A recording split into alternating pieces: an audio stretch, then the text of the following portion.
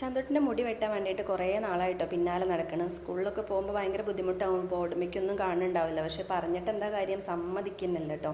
അപ്പോൾ ഇപ്പോഴാണെങ്കിൽ ഒരു ഹെയർ സ്റ്റൈൽ കണ്ടുപിടിച്ച് വന്നിട്ടുണ്ട്. അപ്പോൾ അതുപോലെ കട്ട് ചെയ്യാൻ വേണ്ടിയിട്ടൊന്ന് സമ്മതിച്ചതാണ്.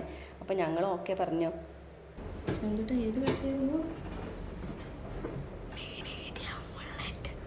എന്ത് എന്ത് എന്ത് മീഡിയം മുള്ളറ്റ് എന്ത്?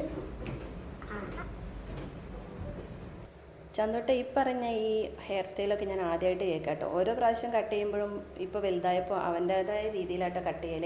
അപ്പോൾ ഈ ഞങ്ങൾ പോണ ഷോപ്പിലത്തെ ഈ പയ്യനാണെങ്കിൽ കറക്റ്റ് അതുപോലെ ചെയ്ത് കൊടുക്കും കേട്ടോ. ചന്ദ്രന് ഭയങ്കര ഇഷ്ടമാട്ടോ ആ ഷോപ്പിലും ആ മുടി കട്ട് ചെയ്യണ ചെക്കന്.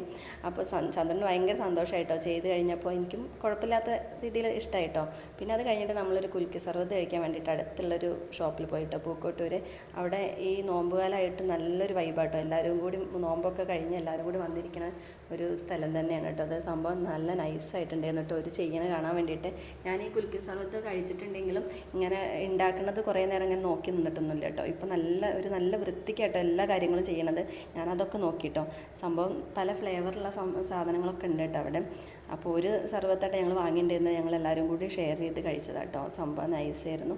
പിന്നെ വീഡിയോസ് എല്ലാവരും കണ്ടിട്ട് സപ്പോർട്ട് ചെയ്യണേ. ആദ്യമായിട്ട് കാണുന്ന ആൾക്കാരാണെങ്കിൽ സബ്സ്ക്രൈബ് ചെയ്യണേ. പിന്നെ കൂടെ കൂട്ടണം.